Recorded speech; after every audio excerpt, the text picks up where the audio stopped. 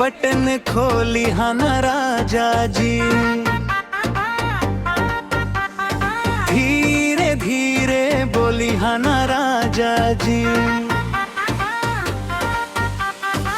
नाजुक दिलवा धड़कन बढ़ेला, प्यार से छुआता मुस्की झरेला राजा जी। चोली के बटन खोली हाँ ना राजा जी। रुसल मनवा के मना लिहारा जी। तोहरे बिना ई सजनी अधूरिया गे। आजा बन जा दिल के राजा जी। आजा बन जा दिल के राजा जी।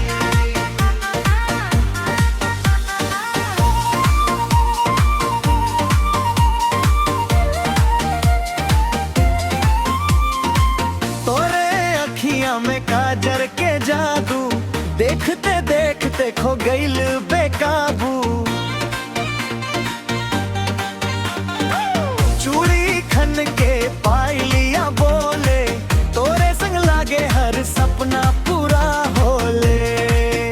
हंस के जब तू आँखियाँ मिलावेला, दिलवा हमार जोर जोर के रटावेला।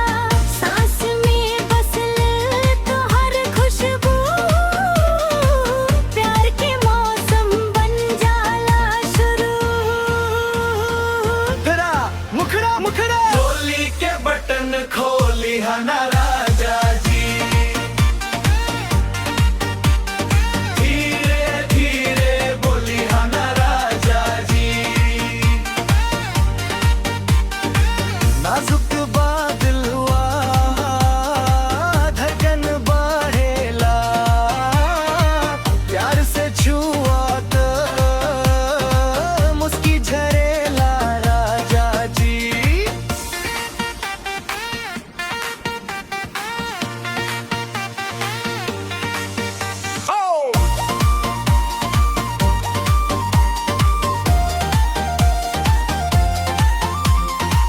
चांदनी रातियां सजल अंगनवा, तोरे संग बीते हर एक पलवा।